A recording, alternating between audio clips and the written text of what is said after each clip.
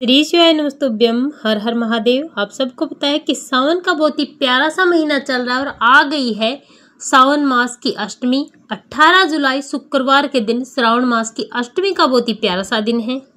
बहुत सारे लोग परेशान रहते हैं कि आपके घर में लड़ाइयाँ बहुत ज्यादा हो रही है, हमारे घर में माँ लक्ष्मी का स्थायी निवास नहीं है, कर्ज बढ़ता जा रहा है या फिर हमारी मनोकामनाएं पूरी नहीं हो रही है।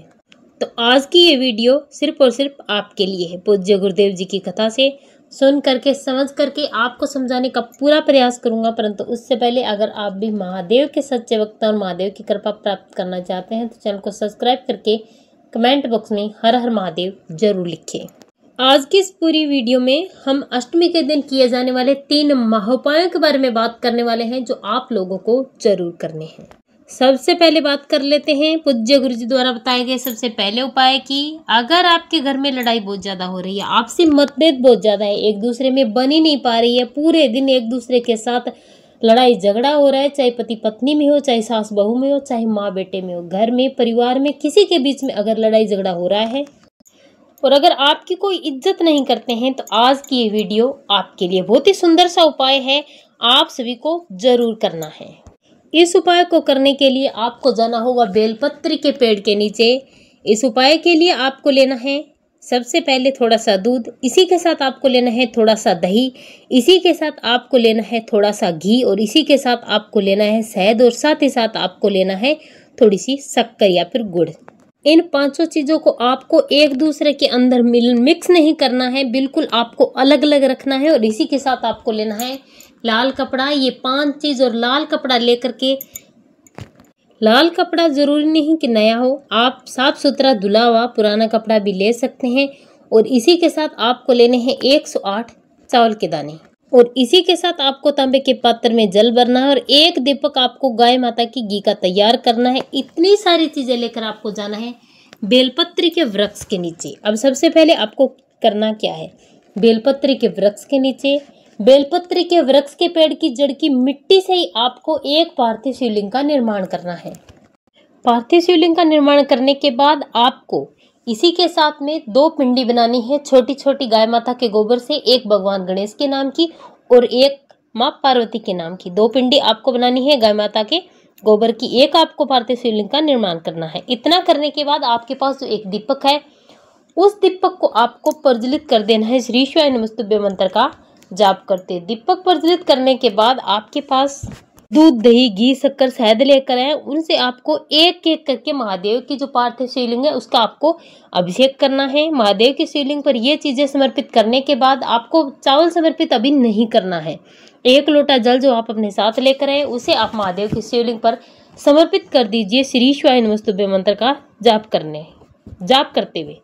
श्री शिवाय नमस्तुभ्य मंत्र का जाप करते हुए जल समर्पित करने के बाद आपके पास है लाल कपड़ा, उसी लाल कपड़े पर आपको अपने दोनों हाथों की छाप लगा देनी है। अपने दोनों हाथों के छापे लगाने के बाद इसी लाल कपड़े को उठाना है और आपने जो भगवान गणेश और माँ पार्वती के नाम की जो 2 पिंडी बनाई है उसी पार्थिव शिवलिंग पर आपको ये लाल कपड़ा उड़ा देना है। उड़ाने के बाद आपके पास है 108 चावल के दाने। अब आपको 108 चावल के दाने एक एक करके इसी लाल कपड़े पर समर्पित करते जाना है। 1 चावल का दाना समर्पित करना है, श्री शिवाय नमस्तुभ्य मंत्र का जाप करना है। इसी प्रकार से दूसरा चावल का दाना समर्पित करना है और श्री शिवाय नमस्तुभ्य मंत्र का जाप करना है।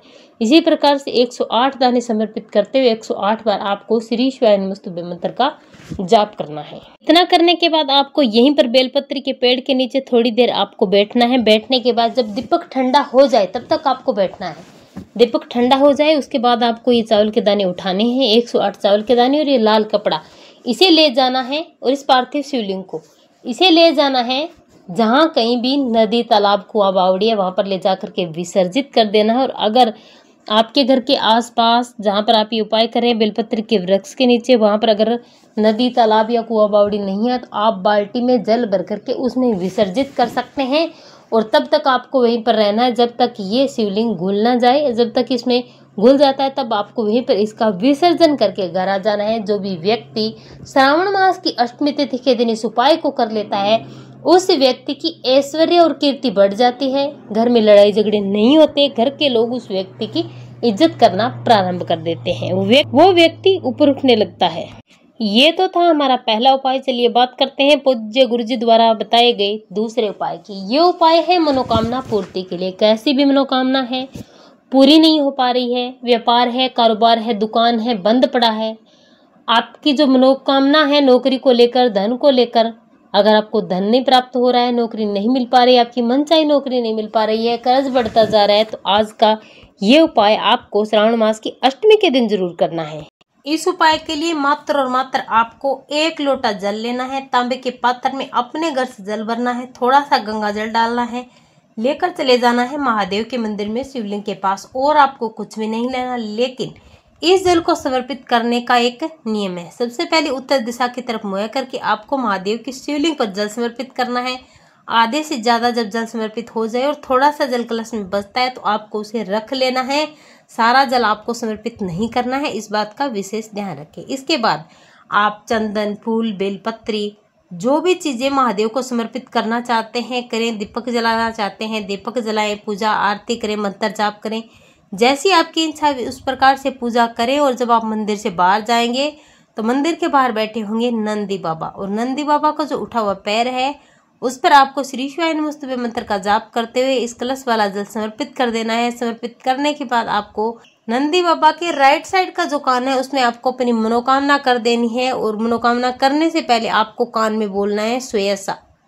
स्वयसा बोलने के बाद आपको अपनी मनोकामना करनी है, नाम और गोत्र बोल देना और अपने घर चले आना है। मनोकामना पूर्ति का बहुत ही सरल सा और बहुत ही महत्वपूर्ण उपाय है। इससे अच्छा उपाय हो ही नहीं सकता, इसीलिए करना जरूर।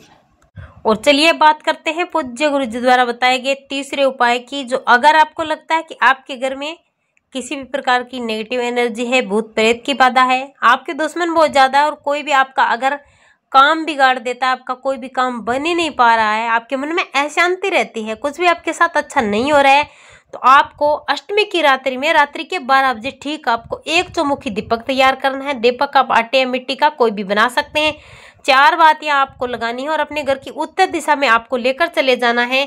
उत्तर दिशा में इस दीपक को रखना है। इस दीपक की चारों बाती जलानी है। बाती जलाते इसमें आपको ओम भैरवाय नमः, ओम भैरवाय नमः इस मंत्र का लगातार आपको जाप करना है। इस दीपक को आपको अपने घर में लगाना है। लगाने के बाद आप देखने वाले हैं कि आपके जितने भी काम बिगड़ रहे हैं वो सारे के सारे बनने शुरू हो जाएंगे। किसी भी प्रकार की नेगेटिव एनर्जी, प्रेत बाधा सारी की सारी दूर होंगी। आपके जीवन में सुख और समृद्धि बनी रहेगी। व्यापार और कारोबार की वृद्धि भी होगी। आज की वीडियो में हमने आपको जो 4 उपाय बताए वो बहुत ही महत्वपूर्ण है, जो आपको इस बार की अष्टमी पर कोई ना कोई उपाय जरूर करना है। इन उपायों को करने से आप देखने वाले हैं कि आपके जीवन की सारी समस्याएं दूर हो जाती है और माँ लक्ष्मी का स्थायी निवास आपके घर में जरूर होता है। श्री शिवाय नमस्तुभ्यं। हर हर महादेव।